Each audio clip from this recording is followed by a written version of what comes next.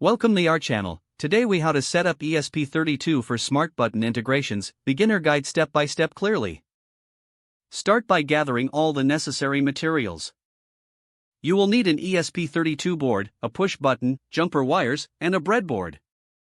Begin by connecting the button to the ESP32. Insert the button into the breadboard.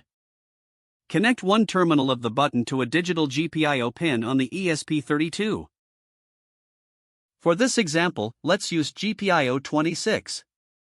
Now connect the other terminal of the button to the ground pin on the ESP32.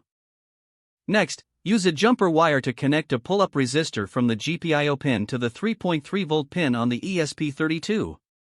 This configuration ensures a stable input signal.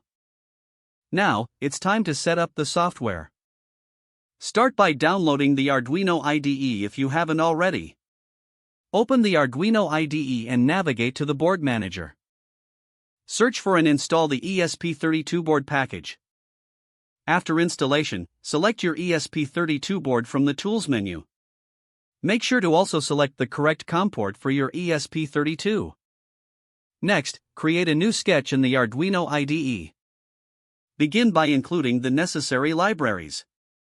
You might need to include the Wi-Fi library if you plan to integrate it with a network.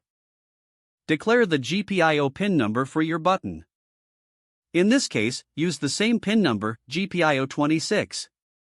Next, set up the button in the void setup function. Define the GPIO pin as an input and enable the internal pull-up resistor. Remember to initialize the serial communication. This will help you with debugging later. Next, write the loop function. Use a conditional statement to check for button presses. When the button is pressed, log a message to the serial monitor. You might also want to add a debounce mechanism to avoid multiple triggers. Don't forget to like this video and subscribe to our channel for more step-by-step tech guides.